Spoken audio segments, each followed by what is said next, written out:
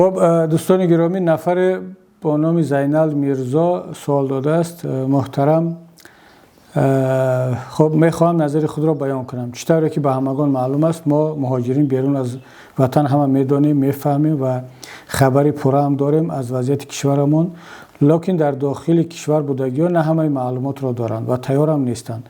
نمیشود از حساب مهاجرین گروه جمع کرده رویم و انقلاب را شروع کنیم، زیرا به نهایت دیر شده است. ما باید به هر حال شروع کنیم.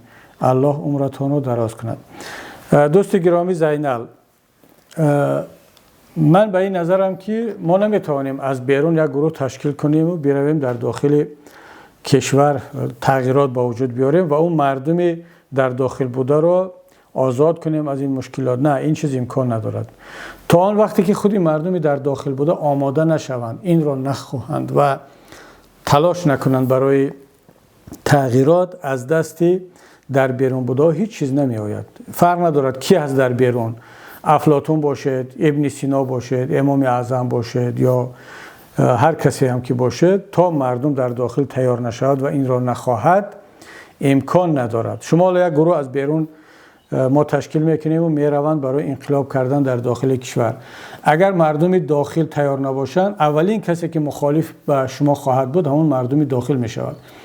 وقتی که انسان زامبی میشود، مغزشویی میشود از طریق رسانه، تبلیغات، پروپاگاندا، مثل مردم کره شمالی.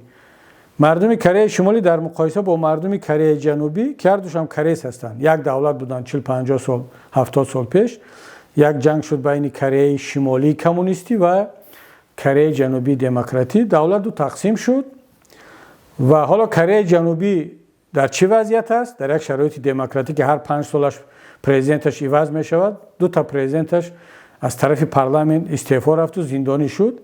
حتی تاجیکان ما در کره جنوبی کار میکنن. وضع کره شمالی را ببینید که در کره شمالی مردم با تالان آرد و نان و گندم و برنج میگیرن، اما مردم کره شمالی باور دارد یک قسم زیادش که بهترین زندگی را دارد و در بهترین کشور زندگی میکند. در امریکا و اروپا و حتی در کره جنوبی خشاقی است و هر روز جنگ است و حالا بدبختی ها است و گناهگار کی است؟ دموکراتیا. و زندگی آنها خوب است. برای چی؟ برای که اون پیشوا دارن، کیم ایل چین و با یک تا دیوان فعلی دیگر حالا پرزیدنت شده است و اینا همین گونه فکر میکنن. اگر هر کسی بخواهد کوشش کند که زندگی مردم کره شمالی رو تغییر بدهد، همون کره شمالی خودشون رو مردم ممکن که پاره پاره کنند، برای اینکه مغزشویی شده است و اون باور دارد. البته من نمیگم که مردم تاجیکستان حالا مثل کره شمالی هستند، نه، خدا را شکر که مردم تاجیک خیلی بیدار شدن، خیلی فهمیده شدن، ولی هنوز هم کم نیستن کسانی که باور دارند که اگر همین پیشوا نباشد، همین حکومت امروزه نباشد، به ما کی برق میدهد، کی نان میدهد، کی آب میدهد. من سالهایی که نورس بودن 12-13 ساله برژنف مرد که پیشوای اون وقت رهبر اتحادیه شوروی. من و چند نفرای دیگر در مکتب وقتی که شنیده معلم ما گریه کرد، ما هم گریه میکردیم. بعد معلم گفت که ما را دیگر کی میخوراند، کی میپوشاند و یعنی ما دولت از بین میرود. همین برژنف بود برکت همه کشوری ما. من وقتی خانه آمدم همین حرفا رو با رحمتی مادرم گفت، رحمتی خندیدن، گفت که فراموش نکن پسرم که رزق دهنده خدا هست. پیش از برژنف هم مردم زنده بود میخورد و بعد برژنف هم باز زنده خواهد بود و میخورد و یک نفر، یک رهبر، یک حکومت هیچ وظیفه ندارد. اون این تبلیغات است که ما را چنین کرده است. و بعدا هم حالا کی برژنف را در یاد دارد بغیر از نسل ما؟ هیچ کس. بنابراین برادر عزیز، مردم وقتی که زامبی شد و در تبلیغات گرفتار شد، دیگر ما و شما نمیتوانیم اونا را بیدار کنیم و خودمون برویم انقلاب کنیم. ما یک کار کرده میتوانیم، همین کاری که کرده ایستادیم باید بیشتر کنیم، خوبتر کنیم. فعالیت رسانه‌ای، دیپلماتی، سیاسی خود را قوی کنیم، مردم را بفهمونیم که در چه وضع قرار دارد تاجیکستان و حکومت چقدر دروغ گفته ایستاده است و روز به روز وضعیت از این بدتر خواهد شد.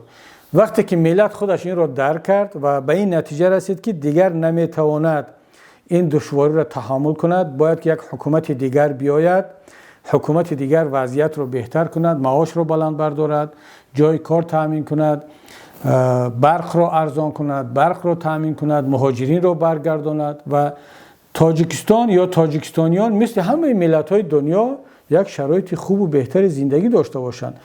اون را که درک کردن دیگر خودی مردم طلب میکند که باید تغییرات شود، باید دیگرگونی شود. اون در شکل قیام، در شکل انقلاب، در شکل اعتراض خواهد بود. بعد اون وقت ما و شما میتوانیم که با مردم همکاری کنیم و راهنمایی کنیم و ببینیم که چی نتیجه می شود. در صورت این امکان ندارد. میگویند که انسان خوابیده رو میشود بیدار کرد، اما انسانی که خودش رو به خواب زده است او را شما بیدار کرده نمیتونید. ملت تاجیک حالا خودش رو به خواب نزده است. البته یک گروه خودشون رو به خواب زدن مثل اوانگارد و طرفداران حکومت. اونا میدونن وضعیت تاجیکستان چگونه است، چون بالاخره همه آمار استاتیستیک در دستشون هست. مقایسه میکنن که تاجیکستان چه وضعیت دارد، ازبکستان چه وضعیت دارد، حتی افغانستان چه وضعیت دارد، روسیه چه وضعیت دارد. من اکنون کشورهای پیشرفته دنیا را نمیگم، حتی قرقیزستان همسایه چه وضعیت دارد. اونا میدونن، اما خودشون رو به خواب میزنن چون منفیت دارن که وضعیت این گونه باشد.